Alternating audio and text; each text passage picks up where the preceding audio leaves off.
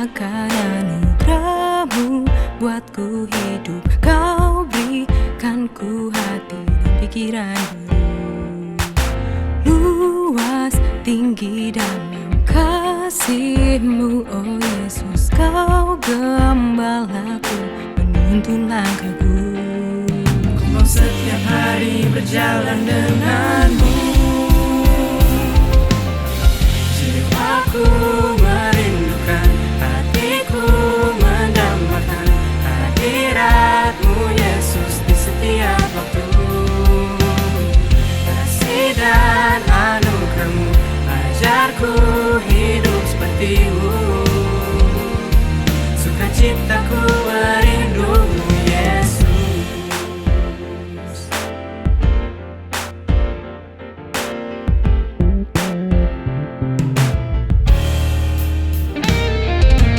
Kejaman-Mu selalu tenangkanku kala hidup haru dalam badai yang menderu. Kasih-Mu tak lepaskanku meski aku selalu beranjak berpaling dari-Mu. Hidupku untuk memuliakan nama-Mu.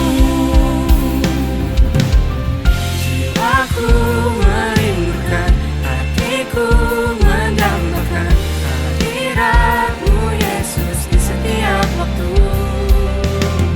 Kasih dan anugerah-Mu ajarku hidup seperti-Mu. Sukacitaku merindu-Mu Yesus.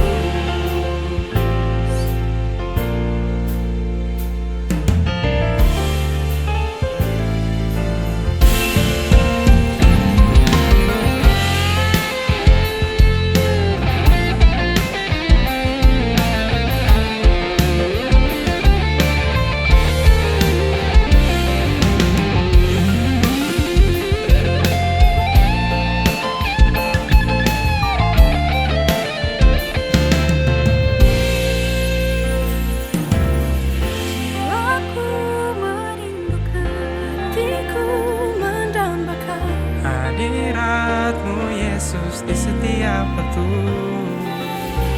Kasih dan anugerah-Mu ajarku hidup seperti-Mu. Sukacitaku merindu-Mu Yesus. Hatiku mendambakan hadirat-Mu Yesus di setiap waktu. Kasih dan anugerah-Mu ajarku hidup seperti-Mu. Sukacitaku merindu-Mu Yesus. Menyembah-Mu Yesus. Seperti-Mu Yesus.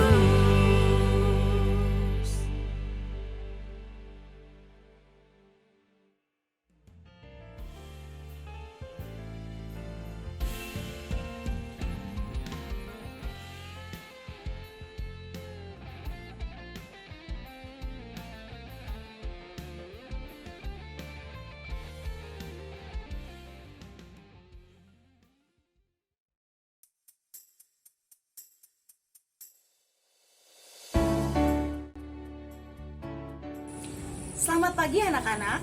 Tiba saatnya kita akan melaksanakan ibadah Paskah ya. Sebelumnya Miss mau tanya kabar kalian dulu nih. Kabar kalian gimana?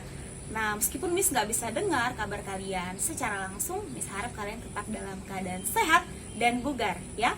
Nah, hari ini kita akan melaksanakan ibadah dengan tema The Greatest Love. Ya, kita tahu bahwa satu-satunya kasih yang paling besar dan paling dahsyat adalah kasih Allah melalui Yesus anaknya yang tunggal untuk menyelamatkan kita.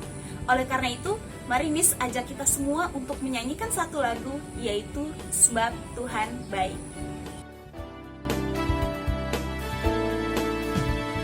Masuk gerbangnya bersyukur dengan penuh pujian, bersuka di hadiratnya, nyanyi besarkan agung namanya.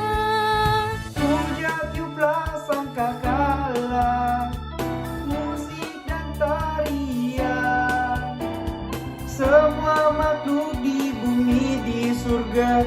dengan senang hati naikkan pujian. Sebab Tuhan baik, sebab Tuhan baik, sebab Tuhan baik, anugerahnya kekal selamanya. Sebab Tuhan baik, sebab Tuhan baik, sebab Tuhan baik, anugerahnya kekal selamanya.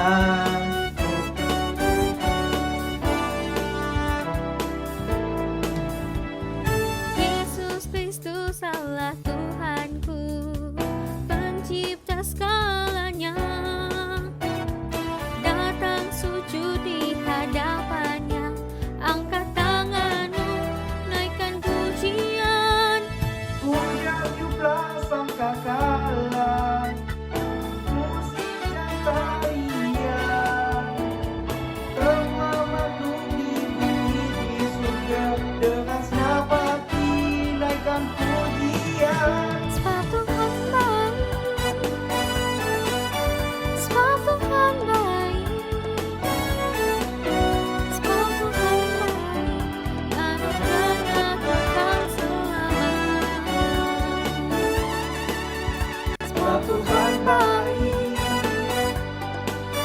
sebab Tuhan baik, sebab Tuhan baik, anugerahnya kekal selamanya. sebab Tuhan baik, sebab Tuhan baik, sebab Tuhan baik, anugerahnya kekal selamanya. Sebab Tuhan baik, Sebab Tuhan baik, sebab Tuhan baik, sebab Tuhan baik, sebab Tuhan baik, anugerahnya kekal selamanya. Sebab Tuhan baik, sebab Tuhan baik, sebab Tuhan baik, anugerahnya kekal selamanya. Sebab Tuhan baik, anugerahnya kekal selamanya. Sebab Tuhan baik, anugerahnya kekal selamanya. Sebab Tuhan baik, anugerahnya kekal selamanya. Sebab Tuhan baik, anugerahnya kekal selamanya.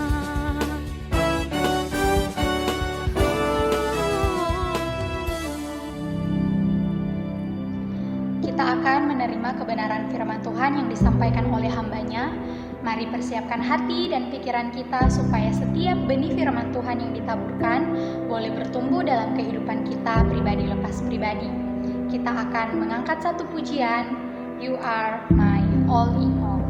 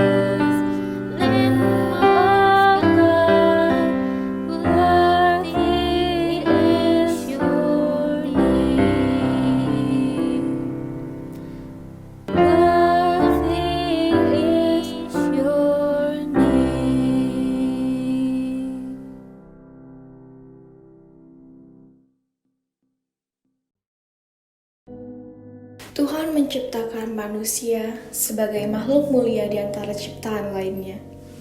Dia memberikan nafas dan membuat manusia dengan tangannya sendiri. Tuhan menciptakan manusia segambar dan serupa dengan Dia, sehingga kita memiliki kemampuan untuk mengasihi. Namun, semua hal itu harus rusak.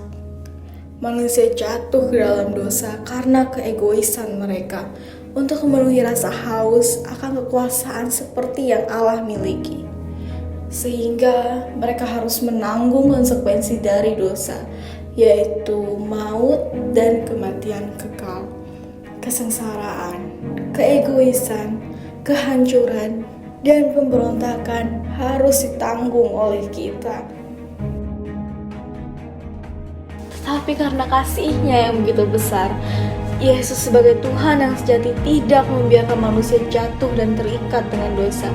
Dia turun ke dunia menjadi manusia untuk memberikan kabar baik tentang kehidupan kekal. Kasih-Nya yang begitu besar melepaskan kita semua dari kutuk dosa dan maut. Dia menggantikan kita untuk disiksa, dicaci, dihina, bahkan mati di kayu salib. Kasih-Nya yang begitu besar memulihkan hubungan Sang Pencipta dengan kita sebagai ciptaannya, sehingga kita layak untuk berseru dan berserah kepadanya. Kasih-Nya yang begitu besar menjadikan kita sebagai anak-Nya dengan segala kekurangan dan kelemahan yang kita miliki. Dan karena kasih-Nya yang begitu besar, kita memiliki pengharapan dan kekuatan untuk menjalani kehidupan di dunia yang semakin hancur dengan berbagai hal tak terduga di dalamnya. Dia menuntun kita untuk tetap berada di dalam kuasa dan rencananya. Dia memberikan hikmat dan anugerahnya sehingga kita mengalami kesembuhan, memiliki kekuatan untuk saling menopang dan membantu satu sama lain.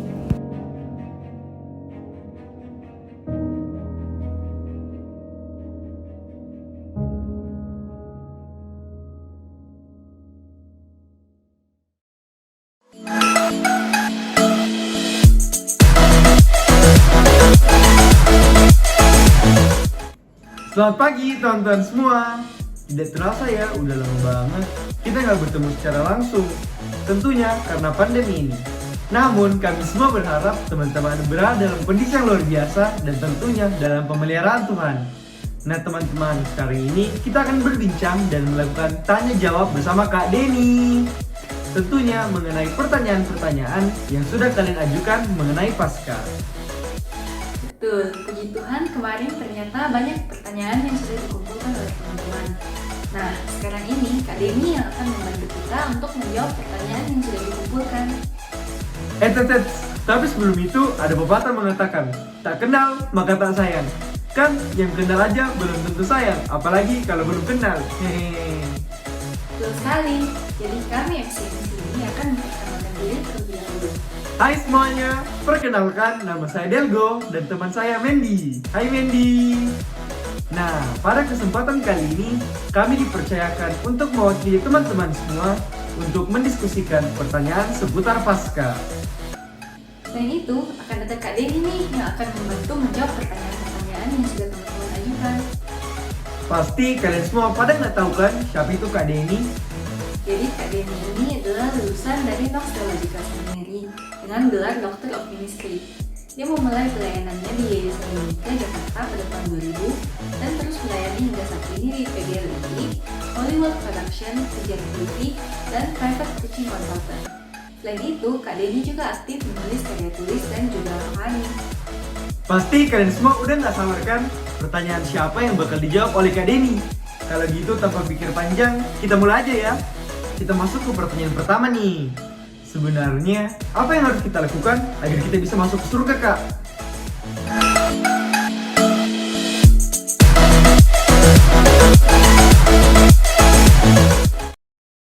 Nggak ada. Karena tempat surga itu adalah tempat yang sangat suci, yang nggak boleh ada satu titik pun noda kekotoran manusia. The problem is, setiap manusia dalam hidupnya pernah ngelakuin Atau ketika lahir pun sudah lahir dalam status yang jatuh dalam dosa. Karena orang tuanya juga berdosa, anak ini mewarisi sifat keberdosaan orang tuanya. Bukan cuma naturnya doang, tapi secara action, habit, dua hal ini kita juga jatuh dalam dosa. Dari kecil kita mungkin berbohong, kita melanggar orang tua, nggak taat, atau kita melakukan hal-hal yang kita tahu itu melanggar kesucian Tuhan, tapi kita lakukan anyway. Kalau surga adalah tempat yang benar-benar perfect, maka tidak ada imperfection yang diizinkan masuk ke sana. So this is a bad news actually, karena nggak ada satu orang pun yang bisa masuk surga. Kenapa? Nggak ada satupun manusia yang perfect. Jadi nggak ada yang bisa masuk surga dong. Kalau gitu gimana? Nah, untuk masalah ini, Allah tahu nggak? Oh, Allah tahu banget. Allah tahu bahwa surganya suci dan matanya tidak sanggup melihat kekejian manusia. Dan Allah juga tahu bahwa tidak ada satu manusia pun yang kemudian bisa masuk surga.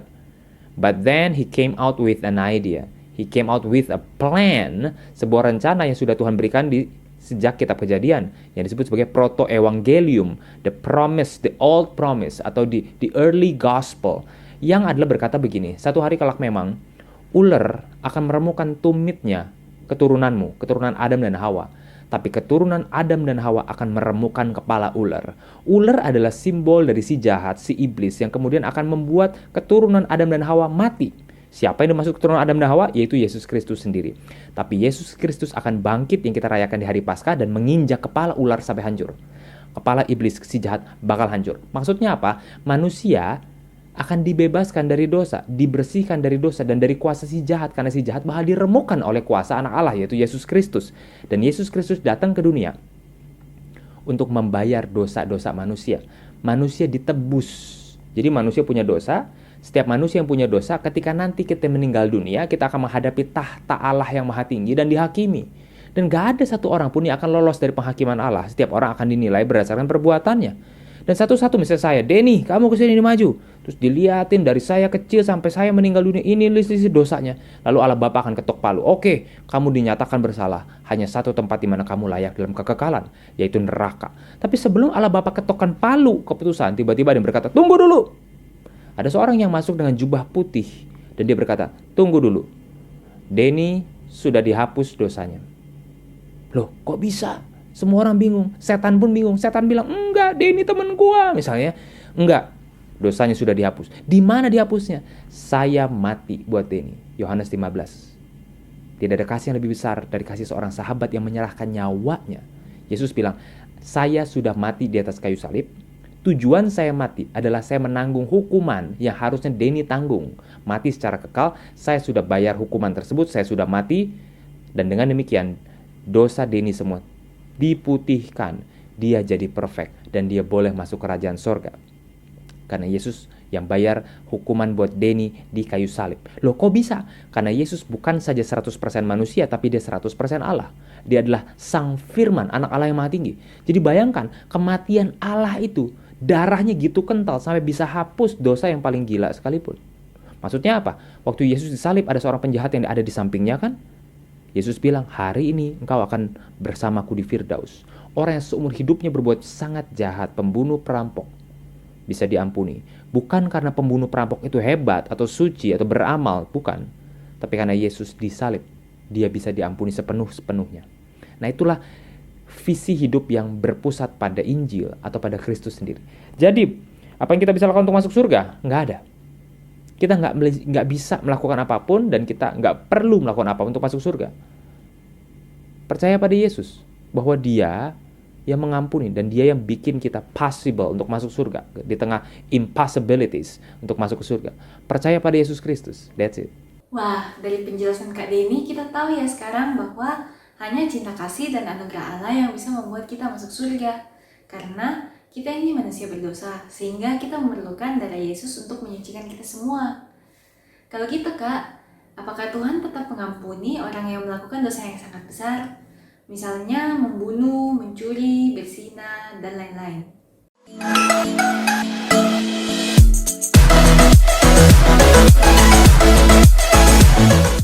Oke, good question.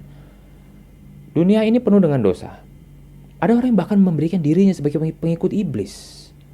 Ada orang yang membunuh orang lain. Ada orang yang menyiksa orang lain. Ada orang yang menipu orang lain untuk bisa tidur sama dia. Ada banyak dosa yang benar-benar mengerikan di dunia ini. Apakah itu bisa dimaafkan atau enggak? Itu pertanyaannya.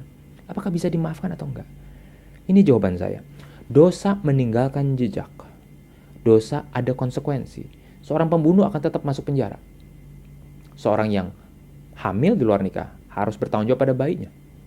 Seorang yang melakukan hal yang jahat sama orang lain akan kena imbasnya. Ada hal yang akan dia derita sebagai konsekuensi dari perbuatannya. Dan dia tidak bisa lari daripada konsekuensi itu. Tapi begini, kalau ditanya Tuhan bisa maafkan atau enggak? Pertanyaannya sebetulnya adalah demikian. Darah Yesus efektif untuk mengampuni dosa maksimal sebesar apa? Iya kan? Kalau kita diampuni karena darah Yesus yang tercurah, seberapa besar sih dosa yang sanggup dihapus oleh darah Sang Anak Allah yang Maha Besar itu? Kita mesti tahu dulu siapa Yesus itu dan seberapa besar Yesus itu. Saya mau kasih lihat gambar ini. Ini adalah bintang-bintang yang ada di galaksi kita, Bima Sakti atau Milky Way. Kalau kita menghitung jumlah bintang nih ya, 1 tuh di atas tuh, 2 bawah yang kecil dikit ya, tuh 2 tuh nempel tuh sebenarnya ada 2 tuh, 3, 4 ya, 5, 6, 7, 8. Bisa ngikutin atau saya mesti ulang-ulang dari awal ya?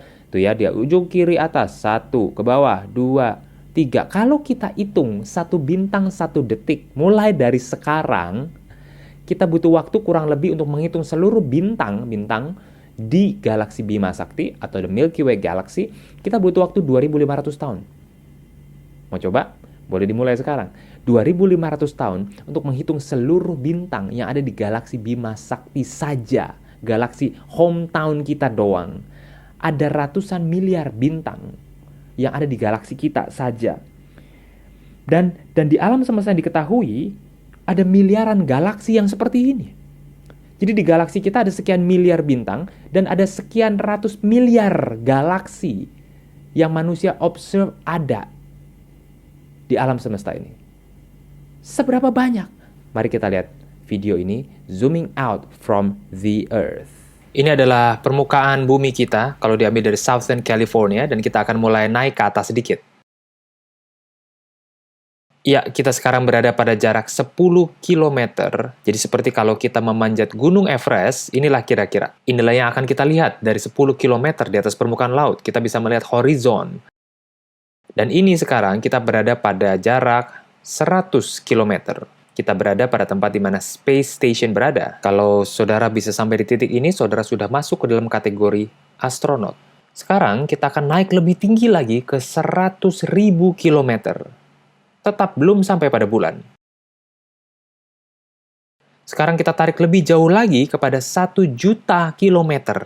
Nah, dari jarak 1 juta kilometer itulah bulan kita bisa lihat. Dari 1 juta kilometer ini kita lebih susah untuk melihat bumi. Sudah jadi sangat kecil dan bulan baru saja kita lewati.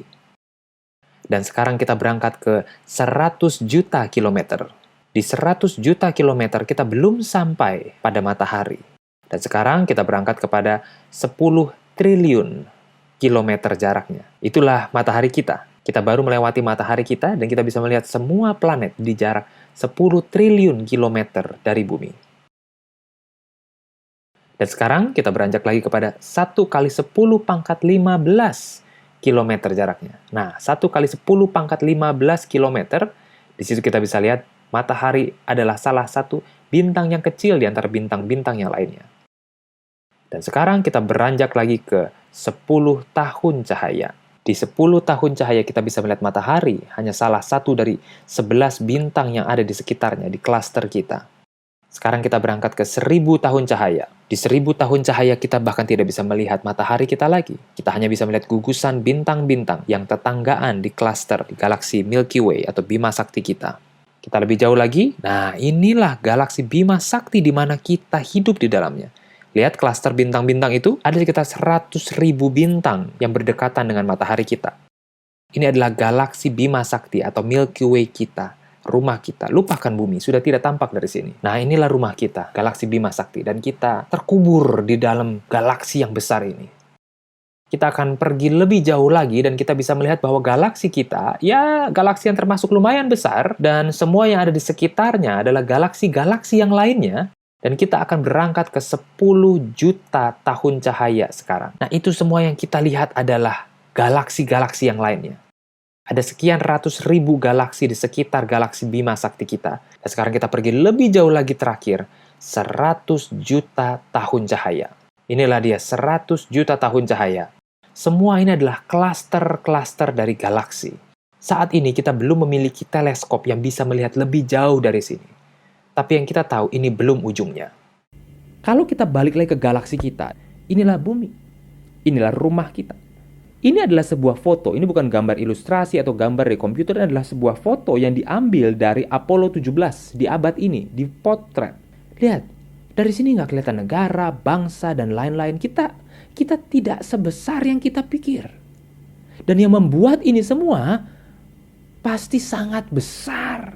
Pada tahun 1977, spacecraft Voyager dalam one-way mission pergi keluar angkasa. 13 tahun kemudian di hari Valentine tahun 1990, ilmuwan dari JPL mengirim pesan, kan ini tidak berawak, mengirim pesan kepada Voyager spacecraft ini, kira-kira kasih coding yang bilang begini. Coba sebelum kamu pergi lebih jauh, putar arah. Ambil foto panoramik dari semua planet yang pernah dikunjungi oleh Voyager. Saat itu Voyager berada dalam jarak 6 miliar kilometer dari bumi. 6 miliar kilometer jauhnya, dan dia sedang bergerak dengan kecepatan 64.372 km per jam. Ya, itu speed. 64.372 km per jam. Voyager ini lagi bergerak di ruang hampa. Kemudian dia berbalik dan mengambil serangkaian foto, dipotret cekrek, 60 foto banyaknya. Dan foto-foto itu dikirim dari Voyager balik ke bumi. Satu gambar dari 60 gambar itu resolusinya bukan 4K, bukan 8K, tapi ada 640.000 pixel per foto. Dikirim dari jarak 6 miliar kilometer. Satu pixel membutuhkan 5,5 jam. Bayangkan itu. Jadi dibutuhkan waktu berbulan-bulan kalau internet nggak putus untuk mengirimkan 60 gambar. Satu gambarnya adalah 640.000 pixel. Satu pixelnya 5,5 jam. Dikirim dari 6 miliar kilometer jauhnya dari bumi ke kantor JPL. Dan apa yang didapat? Lihat gambar ini. Gambar ini diberi nama The Pale Blue Dot oleh para astronomer.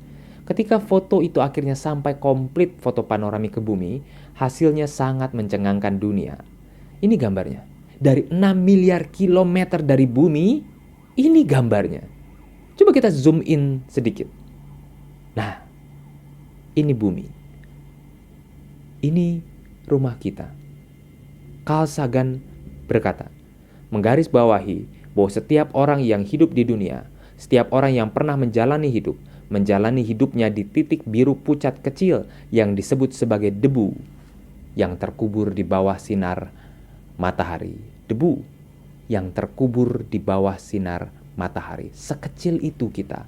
Saya bukan ingin membuat teman-teman merasa diri kecil, tapi saya ingin beritahu bahwa kita memang kecil.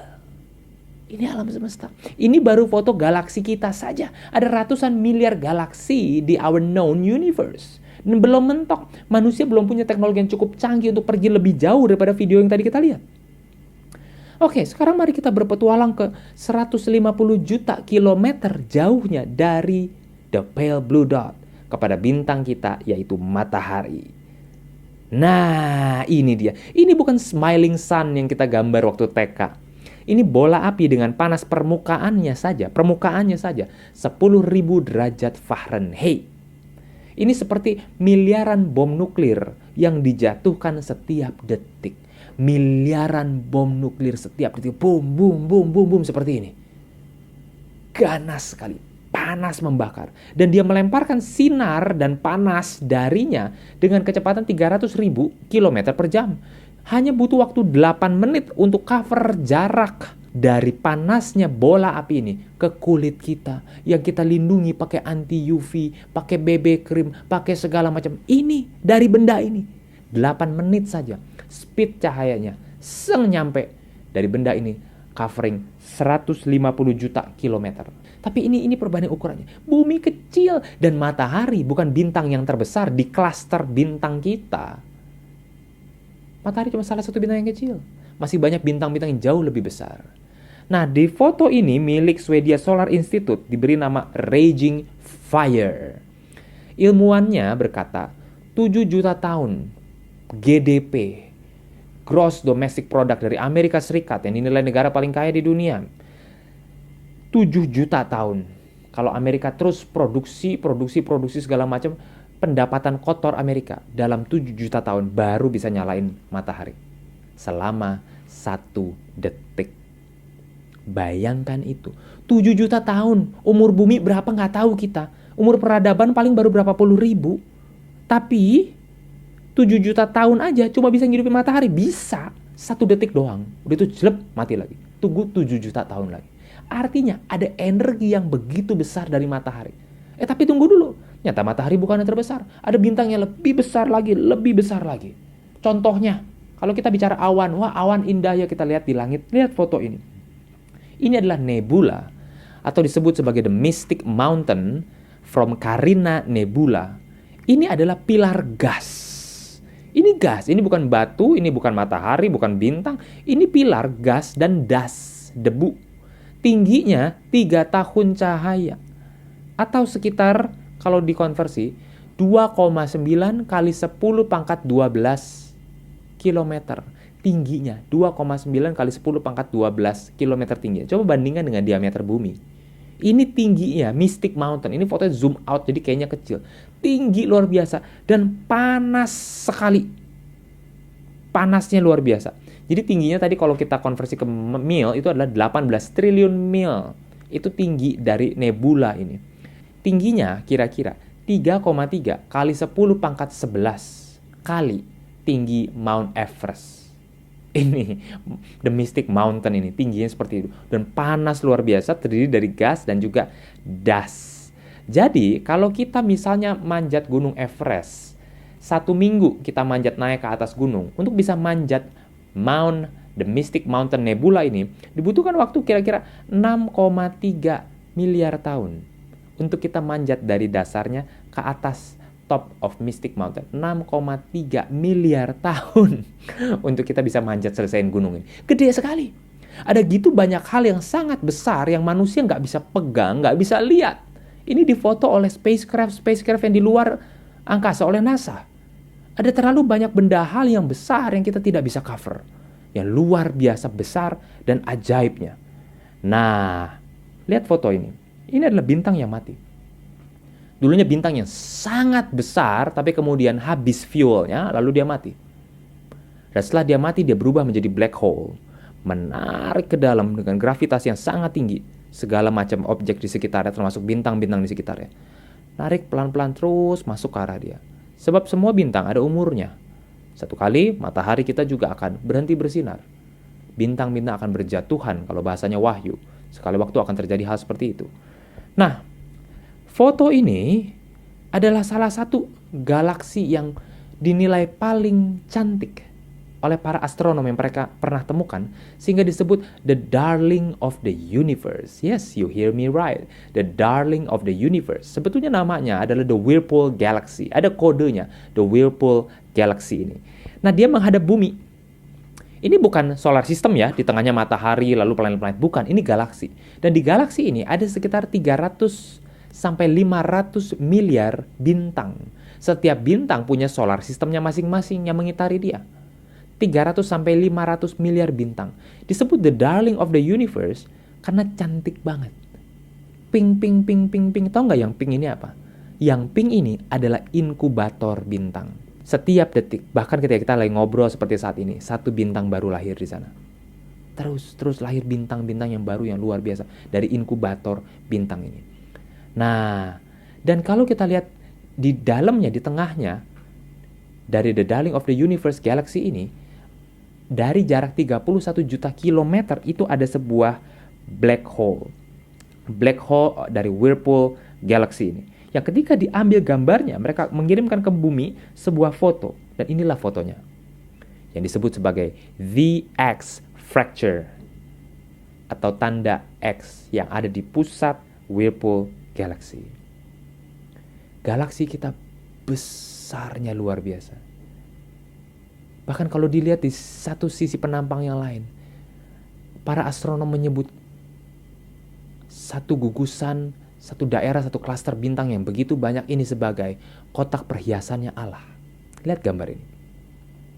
Kenapa disebut kotak perhiasan Allah? Lihat ada hijau, biru, merah, orange, putih, semua warna yang jauh lebih indah yang mata kita nggak bisa lihat. Ini cuma diambil oleh foto sehingga warnanya sangat terbatas. Tidak mewakili warna aslinya dari bintang-bintang itu. Matahari kita kuning, putih ke kuning-kuningan. Tapi lihat di alam semesta ada bintang yang warnanya sekaya ini. Pertanyaannya, siapa yang bisa menikmati such beauty? Hanya Allah Sang Pencipta. Firman Tuhan berkata, dengan firman dari mulutnya, ia menopang the universe. Yesus Kristus anak Allah, dia menopang ini semua. Manusia bilang, saya nggak bisa lihat Allah. Ya wajar. Allah gede. Kita sampai hari ini aja belum bisa lihat ujungnya. Nabrak spacecraft-nya. Udah habis alam semesta. Udah tembok kain hitam. Nggak ada. Ujungnya sampai mana masih belum tahu. Belum tahu. Jadi Allah yang dulu adalah sang penuh itu. Dia mengosongkan dirinya seperti seorang ibu yang mengosongkan bagian dari perutnya untuk kemudian mengandung seorang anak. Allah sang rahim itu mengosongkan di dalam dirinya sebuah tempat di mana ciptaan bisa ada di dalamnya. Dan kita ada di dalam kekosongan yang dia buat, ruang yang dia buat. Disitulah kita hidup. Dan di situ kita explore alam semesta yang belum tahu ujungnya kemana. Apa yang ada di luar ini? Oh ya, tentu hadirat Allah sendiri. Karena dia yang menjadikan. Oh, kemudian kita bertanya, setelah melihat ini semua saya tidak lihat Tuhan. Ya iya. Sama seperti satu sel kecil, sel darah merah yang ada di tubuh saya. Lalu si sel darah merah itu bergabung dengan berapa juta sel di dalam tubuh saya. Dia berkata, nggak ada tuh namanya Denny. Nggak ada tuh, saya nggak bisa lihat. Ya iya, darah itu cuma mengalir in my vein. Jalan di tubuh saya. Bisa nggak lihat wajah saya? Nggak bisa, dia ada di dalam saya. Dia mesti keluar dari jarak yang jauh. Seperti teman-teman nonton saya sekarang. Baru si merah darah itu bisa, oh Denny ada. Nah kalau kita mau lihat Tuhan, kita mesti pergi sejauh itu. And it's impossible. Karena spacecraft kita belum sanggup untuk melihat sejauh itu. Dan kalaupun kita sanggup keluar jauh, Allah gitu gede, kita paling cuma bisa lihat satu titik doang dari Allah yang kita gak bisa bilang, oh kemudian Allah ada, gak bisa lihatan. Loh tapi gimana kita bisa tahu Allah ada? Gini caranya. Percaya gak kalau saya bilang, ini adalah serpihan kertas dan daun-daunan yang kering, yang kena hujan, kena petir, kena ombak, kena segala macam proses kimiawi selama jutaan tahun. Lalu kena hujan, tinta dari langit. Dan setelah sekian juta tahun dia berubah menjadi buku yang ukurannya persis 90 derajat di keempat sisinya. Dan tinta-tinta itu membentuk tulisan-tulisan yang ada di dalam buku ini. Seperti di bagian belakang, ada tulisan. Dan jadi judul, di depannya jadi ada judul. Ada gambar rumah. Yang ternyata persis dengan rumah yang ada di tahun ketika saya terima buku ini misalnya. Dan ada tulisan-tulisan begitu rapi dengan ukuran font yang sama, dengan jenis font yang sama. Setelah jutaan tahun berproses, ini jadi. Ada serpihan plastik, ada kertas, ada karet, misalnya segala macam. Lalu jadi buku ini. Terlem sendiri dengan rapi dan setiap halamannya ada angkanya berurutan. Percaya nggak kalau saya bilang begitu? Dan angkanya itu urut 1 sampai 300. Percaya nggak? Nggak mungkin. Oke, saya bilang jutaan tahun diproses sampai jadi seperti ini. Tanpa tangan manusia, tanpa tangan siapapun. Cuman jatuh dari langit dan lalu kena terpaan debu, kena petir, kena banjir, terbentuk nih. Dan terbungkus plastik, seperti buku ini, terbungkus plastik rapih. Dan kata-kata di dalamnya juga tersusun. Jadi sebuah kalimat. Percaya nggak hal itu mungkin? Mungkin atau nggak mungkin? Well, tentu kalau kita bilang dalam strata kemungkinan, ada kemungkinan. Tapi kalau kita bicara dalam tangga, the stair of possibilities, apakah almost impossible atau almost certain? Mungkin almost impossible.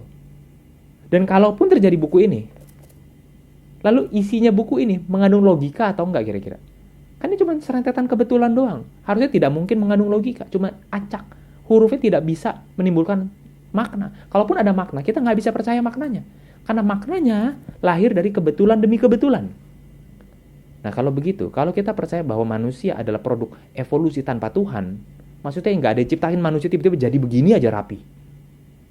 Kita nggak boleh percaya sama pikiran kita sendiri. Karena pikiran kita juga produk dari kebetulan. Artinya logika kita yang berpikir bahwa kita ini tidak diciptakan, itu pun tidak bisa kita percayai. Karena pikiran itu pun berasal dari rentetan kebetulan. Sama seperti pikiran si buku ini tidak bisa dipercayai. Kalau ini cuma terjadi dari proses nature dan seleksi alam. Tapi mana lebih gampang kalau saya bilang, ini ada yang nulis, terus di print. Ini ada nama orangnya di belakang. Ada identitas dia siapa. Makanya rapi, dipotong pakai alat potong kertas. Jadi gini teman-teman, butuh iman yang sangat besar untuk percaya bahwa alam semesta ini jadi tanpa pencipta. Lebih butuh iman yang besar. Kan orang bilang, saya nggak bisa beriman, saya nggak bisa percaya bahwa Tuhan itu ada, saya nggak bisa percaya bahwa ini semua diciptakan. Saya seorang ateis. Saya kasih tahu, kalau Anda seorang ateis, iman Anda besar banget. Iman itu kan satu lompatan kepercayaan yang tidak bisa dibuktikan pakai empirikal. Pakai bukti tangan, nggak ada. Apakah saya bisa membuktikan Tuhan itu ada? Tidak bisa membuktikan, tapi bisa diargumentasikan. Itu dua hal yang berbeda. Nah, kita bicara dalam ranah argumentasi. Untuk membuktikan bahwa ini semua diciptakan oleh kebetulan, argumentasinya susah. Lebih mudah, lebih masuk akal berkata, ada yang ciptain. Kita nggak tahu siapa. Karena dia nggak kelihatan. Nah, itu lihat ya, dua ini. Jadi orang bilang dengan gampang, Tuhan nggak masuk akal. Lebih nggak masuk akal yang bilang nggak ada Tuhan. Karena kalau demikian, saya pun nggak bisa ngomong dengan logik. Cuma asal, nggak ada bunyinya. Dan saya nggak bisa hidup. Dan saya nggak bisa punya anak yang genetiknya sama saya.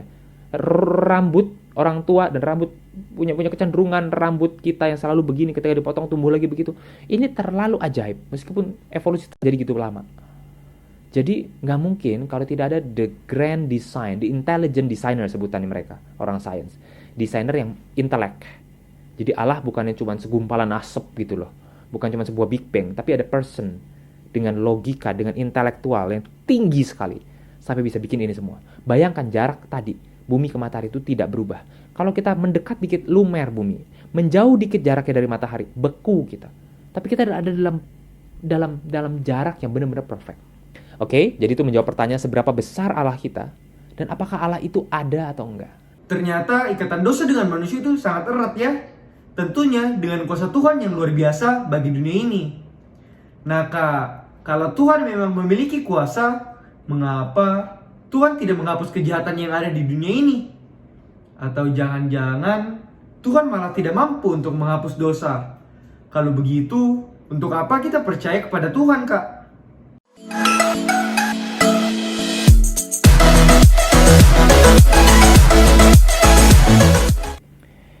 If God is willing to prevent evil, but not able to, why do we still call him omnipotent? If he is able to, but not willing, isn't he malevolent? If he is both able and willing, and why evil is still around? If he is neither able or willing, why do we still call him God? Allah punya pilihan untuk apa yang dia mau ciptakan. Kalau dia ciptakan segala sesuatu tanpa manusia, there is no sin. Tapi Tuhan menciptakan manusia segambar dan serupa dengan Allah. Well, ini menarik sekali. Allah tidak harus ciptakan makhluk yang segambar dan serupa dengan dia. In his image, imago Dei. Nggak harus. Ciptain aja semua alam semesta yang indah dengan tadi gambar-gambar tadi kita lihat. Bintang, universe, nebula, dan segala macam yang paling indah di dunia ini. Dan hewan-hewan, ciptakan semua. Allah nggak harus ciptakan manusia. Maka tidak akan ada dosa, betul? Tapi kenapa Allah ciptakan manusia? Kenapa Allah ciptakan satu makhluk yang mirip sekali dengan Allah? Kenapa dikatakan manusia mirip dengan Allah? Satu, manusia punya kebebasan. Binatang nggak punya kebebasan seperti itu. Binatang tidak punya akal budi, tidak bisa bedakan mana jahat, mana baik. Dia cuma bisa memenuhi hasrat dorongan dia beranak pinak dan makan. Dan bernafas, itu saja. Refleks saja. Tapi manusia ini bisa bertanya seperti ini. Bisa berbahasa, bisa bertanya, bisa mikir hal yang baik, tapi juga bisa mikir hal yang sangat jahat. Kenapa? Karena Allah menciptakan satu kualitas makhluk yang segambar dengan dia. Yang punya freedom to think, freedom to create, kemampuan untuk create. Lihat nggak berang-berang. Dari zaman dulu sampai sekarang, bikin rumah, bikin jembatan. Dia cuma begitu aja bentuknya. Tapi manusia, sejak puluhan ribu tahun yang lalu misalnya, rumah berbentuknya beda. Sampai sekarang bisa bikin menara pencakar langit. Manusia pikirannya berevolusi, makin hebat, makin canggih, makin dalam. Benda-benda teknologi makin kecil, operasi ke dalam tubuh kita pakai mikrobot misalnya. Kenapa? Karena Allah menciptakan makhluk yang sedikit lebih rendah daripada dia, kata Mazmur 8. Makhluk yang intelijensianya sangat tinggi, itu yang Allah ciptakan. Sama seperti ketika manusia bikin AI, Artificial Intelligence. Ngapain manusia bikin AI? Bikin aja robot pabrik yang ambil, cepret, cetak, cepret, bakar, packing, gitu aja. Kenapa manusia mesti bikin robot yang bisa diajak ngobrol? Karena ketika robot itu nanti terlalu pandai, robot akan mengalahkan manusia. Tahu robot Grandmaster Chess, catur, dia bisa ngalahin manusia. Resiko sekali kan? Karena manusia punya kebutuhan buat berinteraksi dengan si robot itu yang punya kecerdasan yang sangat tinggi, menggabungkan semua kecerdasan manusia yang ada. Itu pilihan manusia, menciptakan robot dengan AI. Balik lagi, kenapa Tuhan ciptakan manusia? Karena Tuhan ciptakan makhluk yang punya kapasitas intelijen yang sangat tinggi. Karena Allah mau berelasi dengan ciptaan yang satu ini. Allah gak bisa berelasi dengan binatang. Malaikat adalah para hamba-hambanya Allah. Tapi manusia, Allah bisa berelasi. Manusia ketika dicintai bisa balik mencintai Allah. Allah berkorban bagi manusia, manusia bisa berkorban juga. Allah mau menciptakan makhluk yang setara dengan dia, dan it is very risky, right? Kalau teman-teman mau hidup ini enak, jangan menikah, jangan punya anak, peliharalah anjing. Anjing gak bakal menyakiti hati kita, dia akan tetap setia. Ya mungkin dia bikin marah kita sesekali, tapi dia gak akan kurang ajar, dia gak bakal curi uang kita. Tapi waktu kita punya anak, dia bisa curi uang kita, dia bisa marah-marah, dia bisa ludahi muka kita, dia bisa tinggalkan kita. Dia bisa lakukan hal yang sangat menyakiti hati kita, seperti kita menyakiti orang tua kita. Loh, karena gitu kenapa kita punya anak? Kenapa enggak? Ya menikah saja lalu enggak usah punya anak lagi. Tapi kenapa semua orang di dunia ini punya anak? Karena mereka ingin sesuatu yang keluar dari diri mereka, yang menyerupai dengan mereka. Kenapa? Karena kita bisa berelasi dengan makhluk kecil itu. Tapi dengan relasi dengan makhluk yang intelijen, punya bahaya, punya resikonya. Itu bisa membangkang. Nah, ketika Allah menciptakan manusia, Allah membuka probabilitas, membuka satu kemungkinan bahwa manusia akan melakukan hal yang bertolak belakang dengan apa yang dia mau. Evil thing. Dan benar itu terjadi. Bukan setelah 300 prototipe manusia. Di prototipe pertama pun langsung sudah terjadi. Baru digoda setan dikit, langsung jatuh. Dan ngomong-ngomong, kalau betul setan adalah dari malaikat Tuhan yang jatuh, malaikat pun fail. Tuhan membuka kemungkinan itu ya. Ciptaan dia untuk berontak terhadap dia. Tapi he did it anyway. Dia nyesel nggak? Dia nggak nyesel. Karena ini harga yang mesti dibayar kalau kita mau berelasi dengan makhluk yang sama tingginya dengan kita. Sama seperti orang menikah. Ketika menikah jadi bisa bercerai. Kalau nggak menikah ya kagak bercerai. Namanya juga nggak nikah. Lo kenapa tetap mau menikah? Karena pengen punya relasi itu loh. Ya begitu dalam dengan makhluk yang sama. Kalau nggak mau ribut, nikahin aja patung. Nggak bakal dia ribut, minta duit, sakit, asuransi, segala macam, minta keluar negeri. Nggak bakal, nikahin aja patung. Tapi kita nggak mau nikahin patung. Karena kita punya kedalaman kebutuhan, kedalaman relasi dengan makhluk yang sepadan. Seperti Adam, cari semua binatang, tidak ada yang sepadan dengan dia sampai Tuhan menciptakan Hawa. Jadi ketika Allah menciptakan manusia, Allah punya resiko bahwa manusia akan membangkang, dan itu terjadi. Bukan di generasi yang 30-40, di prototipe yang pertama, Adam dan Hawa jatuh dalam dosa. Dan kalau itu terjadi ya harus ada harga, ada konsekuensi yang dibayar. Ya ini proyek yang kemudian jadi membangkang terhadap Allah. Dan tidak ada yang boleh membangkang pada sang raja yang mutlak. Karena dia ada pencipta segala sesuatu. Kita ada di dalam rahimnya Allah. Kalau kita membangkang ya kita harus keluar dari situ. Dan keluar dari situ artinya adalah kemusnahan kekal. Karena dia adalah yang memenuhi isi dunia ini. Jadi sebetulnya dari sejak Adam dan Hawa manusia sudah kiamat. Gak ada kesempatan, sudah habis.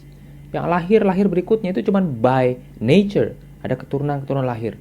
Tapi manusia udah gak punya harapan, karena sudah jadi prototipe yang gagal, yang gak sesuai. Karena kehendak kita sendiri.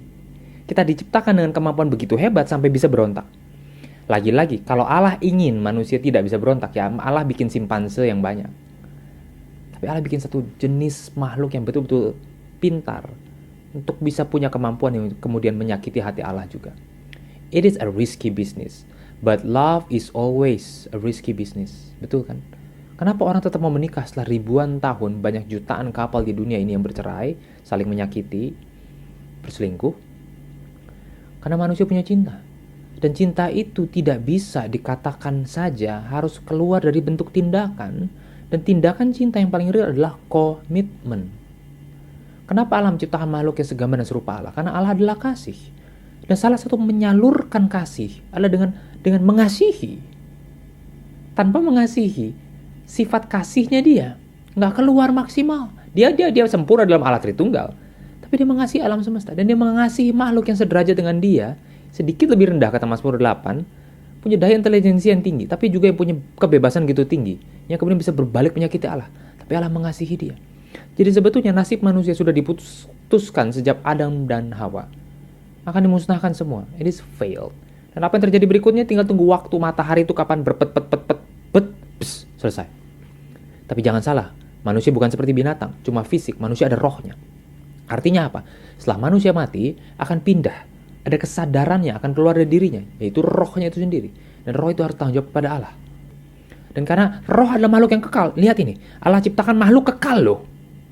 Manusia itu sehebat itu. Makhluk lain mati itu hilang, lenyap, annihilated. Tapi manusia itu akan selalu hidup selama-lamanya, cuma dalam tubuh yang berbeda. Dalam penampilan dan di dimensi yang berbeda. Roh itu akan terus hidup.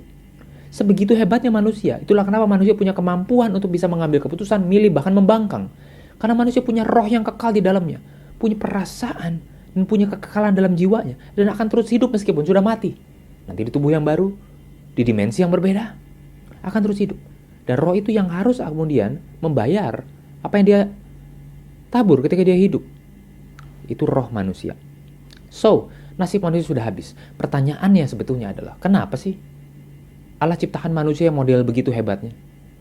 Jawaban gampangnya, suka-suka dia. Kenapa planet mesti bentuknya bulat sih? Kenapa nggak kotak? Kenapa kita nggak tanya demikian?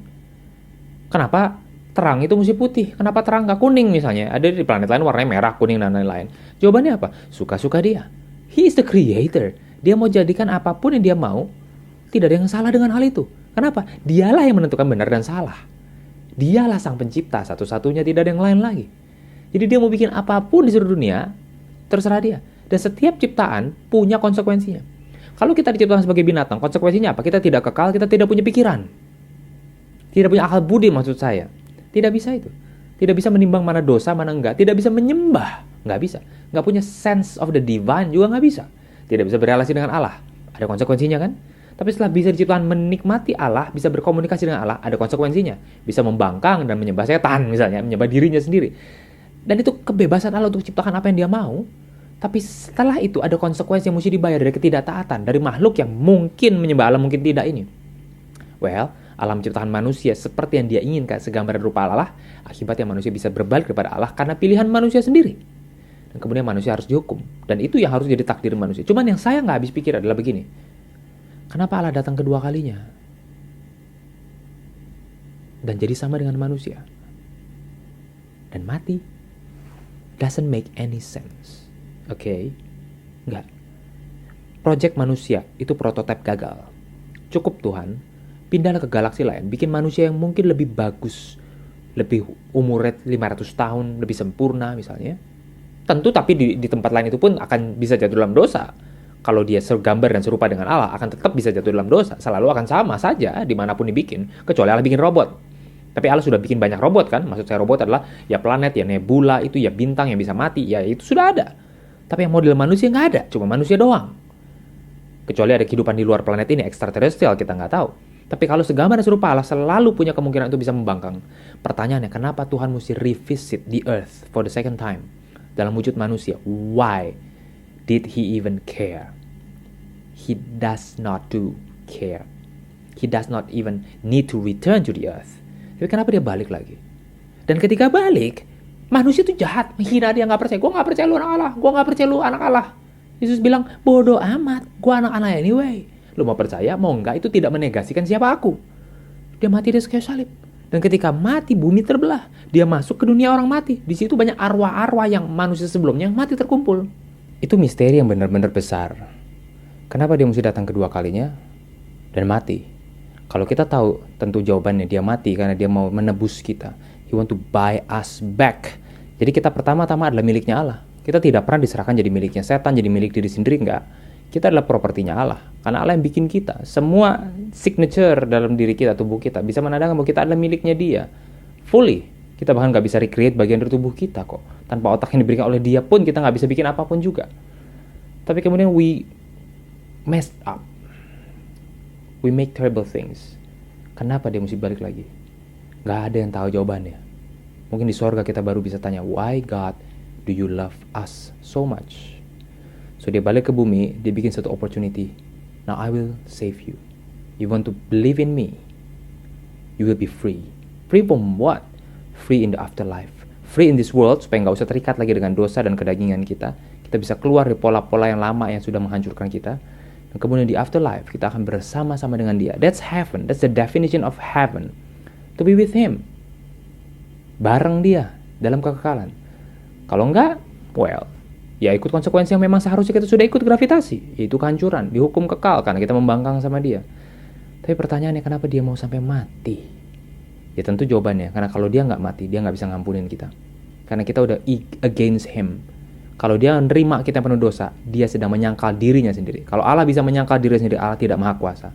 Allah harus berkonsisten dengan aturan yang dia pegang sendiri. Itu yang membuktikan kemahakuasaannya dia. Dan cara yang paling berat mesti diambil, yaitu anak Allah mesti being slaughtered, dibantai. Supaya kamu dan saya yang percaya pada dia bisa selamat. Dan langkah itu pun dia tetap ambil. Itu cinta yang sangat besar. Pertanyaannya, kita mesti ngapain hari dengan cinta Tuhan begitu besar? Very simple. You cannot make him love you more. You cannot make him love you less. But one thing you can do is to let him love you. Accept that. Let him embrace you with his nail-pierced hand that we will celebrate di Jumat Agung. Let him love you. That's the only thing. That's the most beautiful thing. Terus setelah dikasih Tuhan, ngapain? Let the world know about Jesus' love. Heal the broken. Help the poor. Help the depressed ones. Orang-orang yang menderita. Kasihi mereka dengan kasih Bapa. And make this world like what God wanted it to be in the first place. That's the mission. Bawa kasih Kristus. Bawa kasih Kristus. Dan bawa berita bahwa in Jesus you are saved. Your future will be secured. That's the gospel. As simple as that. Why did he love you? I don't know. Ask him later. But now, enjoy his love. And be his love in the world. And bring people to his love altogether. God bless you. Have a good day. Love you. Wow, dari diskusi singkat ini kita bisa mendapatkan banyak pemahaman dan penguatan yang baru ya guys. Khususnya tentang betapa besarnya kuasa, kasih, dan anugerah Tuhan bagi kita. Betul sekali, nggak kerasa nih, waktu kita semua udah habis. Terima kasih untuk Kak Denny yang sudah menyampaikan makna Paskah yang sesungguhnya untuk kita semua. Semoga apa yang Kak Denny sampaikan bisa menjadi berkat untuk kita semua ya. Oke, jadi demikianlah acara kita pada hari ini. Sampai jumpa di event berikutnya teman-teman. God bless you. God bless you.